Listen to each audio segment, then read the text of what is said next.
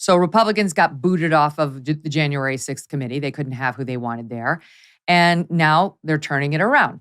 And they booted, Schiff got kicked off of Intel, and Ilhan Omar just got kicked off of Foreign Affairs, with the Republicans saying she's an anti-Semite, or she certainly at least made a lot of anti-Semitic comments.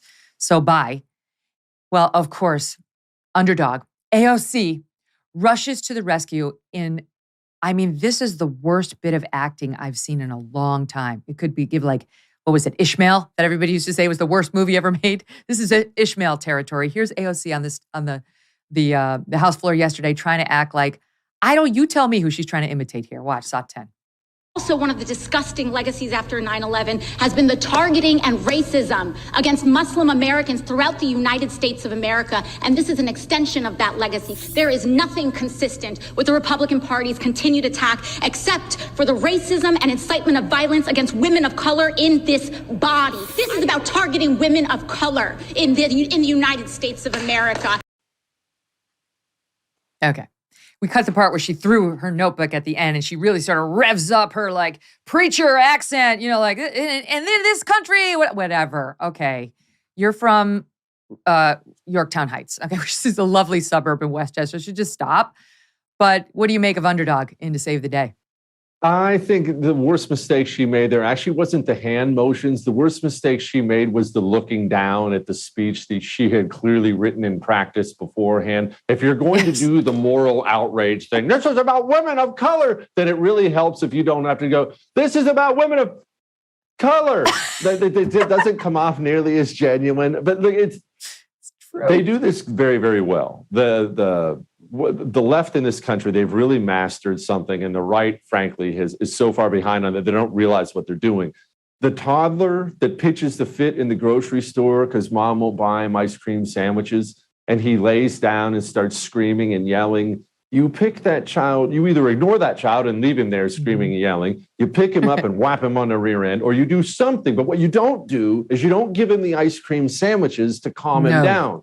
But the right has been handing out ice cream sandwiches for so long to these people. They've learned it's clownish as that looks. You're rolling your eyes. I'm rolling my eyes. Everyone's rolling their eyes. As clownish as that looks, that has worked for the left for a long time. Just start pounding the table and screaming and yelling. And of course, you got to throw in racist and misogynistic or whatever word. Shoot, throw them all in, whatever. Make a bunch of noise. And that has scared Republicans into giving the left things for a very long time. When I see clowns like that and clownish behavior like that, I actually blame the right because you're the one that's rewarded that. Of course, the toddler's still in the grocery aisle screaming. You rewarded him the last 10 times. Start ignoring him and he'll stop screaming.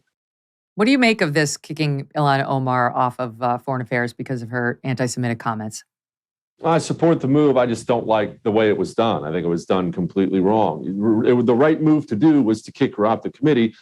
The wrong move to do was to act like it's because of some comments she made or because she's an anti-Semite or something like that. I'm sure she is an anti-Semite. She hates Israel. Of course, I get that. But that's not why she was kicked off. She was kicked off for revenge. She was kicked off for retribution because they did it to us. I don't like this mealy-mouthed way of politics where you have to pretend like it was for a different reason.